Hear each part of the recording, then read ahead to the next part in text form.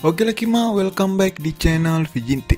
Nah, kali ini Kima, kita akan membahas light novel yang baru yang berjudul Kanojo ga Senpai ni NTR. Pembahasan kali ini sesuai dengan hasil pollingan yang waktu itu kita adakan di komunitas kita Kima. Nah, seperti biasa, sebelum kita masuk ke pembahasannya, aku nggak bosan-bosannya lah ngingatin kalian Kima untuk selalu support channel kecil kita ini, karena kita sedang OTW 1000 subscriber. So ya, cuman kalian lah yang bisa mewujudkan itu Kima, oke?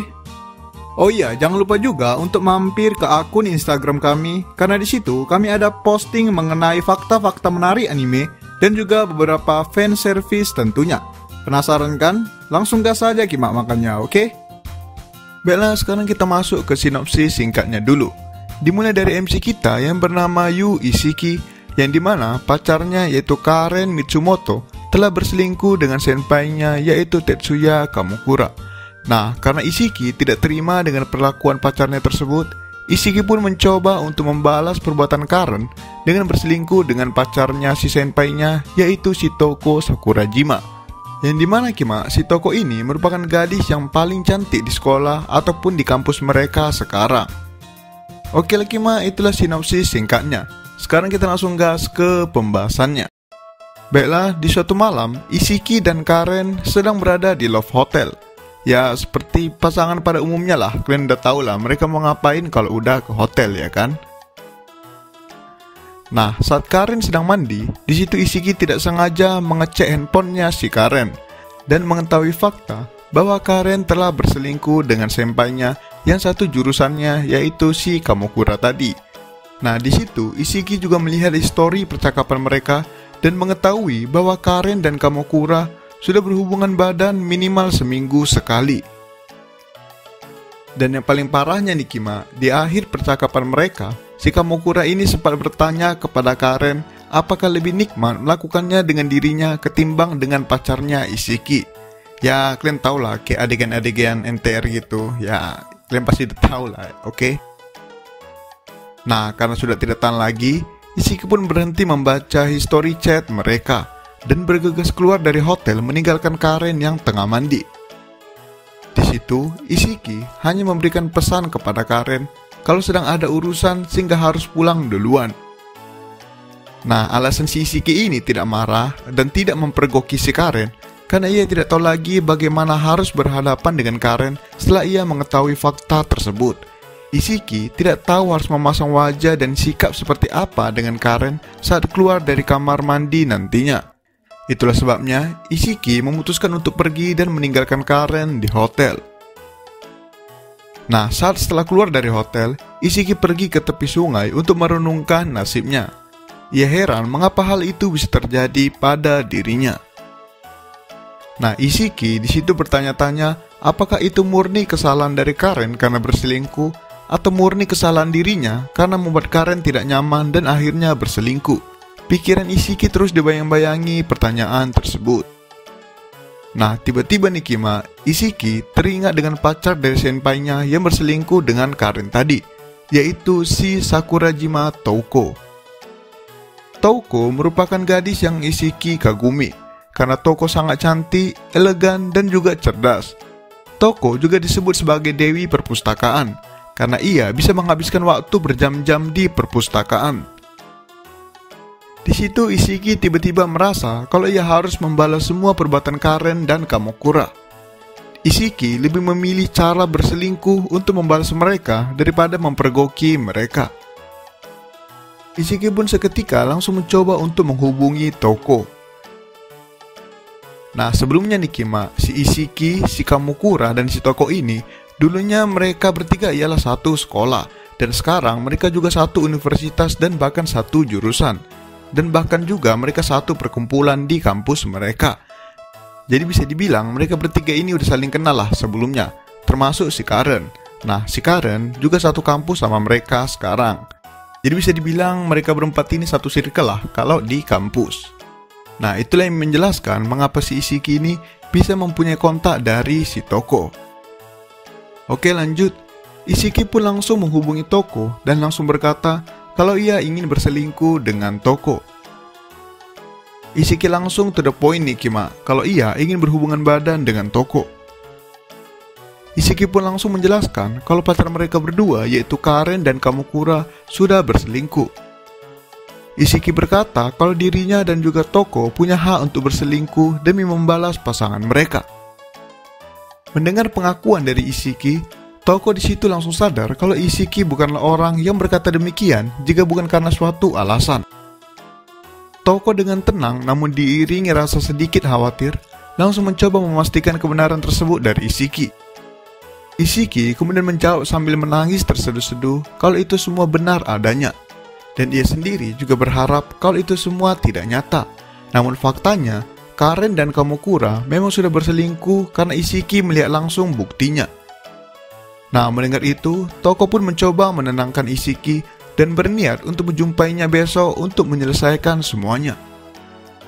Toko juga berkata kepada Isiki untuk merahasiakan semuanya dari orang lain sampai mereka berjumpa besok. Isiki pun setuju dengan Toko dan mereka berjanji untuk berjumpa besok. Oke, kemudian dilanjutkan dengan pertemuan Isiki dan Toko di sebuah kafe, tepatnya besok setelah mereka berjanji untuk berjumpa. Hari itu, Isiki tiba lebih awal daripada Toko. Di situ, Isiki masih terus terbayang mengenai kejadian semalam. Lebih tepatnya, ia masih belum bisa melupakan fakta tersebut. Nah, selagi menunggu kedatangan Toko, Isiki terus-menerus gelisah karena ia bingung kalimat apa yang akan ia katakan nantinya kepada Toko. Kemudian, beberapa menit akhirnya berlalu. Toko pun tiba di kafe tempat mereka janjian. Isiki yang melihat kedatangan Toko seketika langsung terkagum akan pesona kecantikan dan keanggunannya. Isiki juga beberapa kali teralihkan fokusnya oleh dua gunung kembar milik Toko yang terbilang cukup besar dan padat. Ya, aku pun pas nengok gambarnya cukup teralihkan sih, Kima. Oke, kemudian Toko yang melihat Isiki sudah menunggu dari tadi langsung memesan sebuah kopi dan segera duduk di meja tempat Isiki menunggu. Di situ, Toko langsung tanpa berbasa-basi ingin memastikan apakah semua yang dikatakan Isiki semalam lewat telepon benar adanya.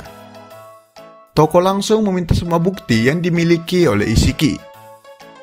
Isiki pun langsung mengeluarkan foto history chat antara Karen dan Kamukura yang ia ambil semalam dari HP Karen. Nah, awalnya Toko di situ masih terlihat tenang dan seakan siap menghadapi kenyataan itu semua. Namun Nikima, ketika Toko melihat semua bukti tersebut, Toko seketika mulai terlihat pucat seakan ia tidak terima fakta tersebut. Nah, setelah melihat semua bukti untuk memastikan benar atau tidaknya fakta tersebut, Toko seketika terdiam diikuti juga oleh Isiki. Mereka berdua terdiam diiringi rasa kecewa sekaligus canggung. Kemudian, tiba-tiba Toko mulai berbicara lagi. Karena ia sudah memastikan kalau pacarnya Kamukura memang benar berselingkuh, Toko pun kemudian ingin memastikan apakah Isiki memang niat membalas mereka dengan cara berselingkuh juga dengan dirinya. Mendengar itu, Isiki yang sekarang dipenuhi rasa dendam dan emosi, tanpa ragu menjawab kalau ia memang berniat selingkuh dengan Toko untuk membalas mereka berdua. Namun Nikima, setelah mendengar pernyataan dari Isiki tersebut, Toko malah memberikan jawaban yang tidak terduga. Toko berkata kalau ia menolak untuk berselingkuh dengan Isiki sekarang. Hal itu dikarenakan mereka berdua, yakni Toko dan Isiki, nantinya akan sama saja dengan Karen dan Kamukura, karena mereka juga selingkuh pada akhirnya. Dan jika mereka berdua juga selingkuh, mereka berdua tidak akan berhak untuk protes kepada Karen dan Kamukura nantinya. Itu sebabnya Toko menolak rencana tersebut. Namun Nikima, si Toko ini malah membuat rencana pembalasan dendam yang jauh lebih menyakitkan dari hanya sekedar selingkuh. Toko berkata kepada Isiki kalau ia akan membuat si Kamukura menjadi lebih cinta lagi kepada dirinya. Dan di titik itulah baru Toko akan berselingkuh dengan Isiki nantinya. Toko berkata kalau di saat itulah waktu yang sangat tepat untuk berselingkuh dan bukan sekarang. Simpelnya itu Kima, si Toko ini gak mau selingkuh sama si Isiki sekarang. Karena ya kalau mereka selingkuh sekarang, mereka nanti gak punya hak untuk marah dengan pasangan mereka yang sedang berselingkuh. Karena ya mereka juga ngelakuin hal yang sama, yaitu selingkuh, ngerti kan? So ya si Toko ini pun kepikiran untuk berselingkuh di waktu yang lebih tepat lagi. yaitu di saat pasangan mereka sedang sayang-sayangnya. Ibaratkan nih Kima, rencana si toko ini mengacu kepada ditinggal pas lagi sayang-sayangnya. Jadi kalian bayangkanlah sakitnya itu cemana nantinya. Dan masalahnya si toko ini bukan hanya sekedar ninggalin, namun juga akan berselingkuh dengan si Isiki tepat di depan si Kamokura. Jadi kayak udah ditinggal pas lagi sayang-sayangnya, ditambah selingkuh lagi di depan matanya. Nah, kira-kira begitulah rencana pembalasan dendam yang direncanakan si Toko. Mendengar semua itu, Isiki seketika tidak bisa menahan rasa takutnya akan rencana Toko barusan. Ia sadar kalau wanita memang sangat mengerikan saat ia sedang marah. Kemudian, Toko kembali berkata kalau ia terus terang menolak untuk selingkuh dan membiarkan Isiki menidurinya sekarang. Namun Toko berkata kalau ia tidak keberatan untuk menerima Isiki sebagai kaki tangannya dalam rencana tersebut. Mendengar itu, Isiki pun mau tak mau menyetujui rencana tersebut demi pembalasan dendamnya. Biarpun ia tidak bisa meniduri maupun berselingkuh dengan Toka sekarang, namun setidaknya ia mempunyai partner sekaligus rencana yang hebat dalam mewujudkan balas dendamnya. Nah, disinilah awal dari hubungan kerjasama antara Isiki dan Toko.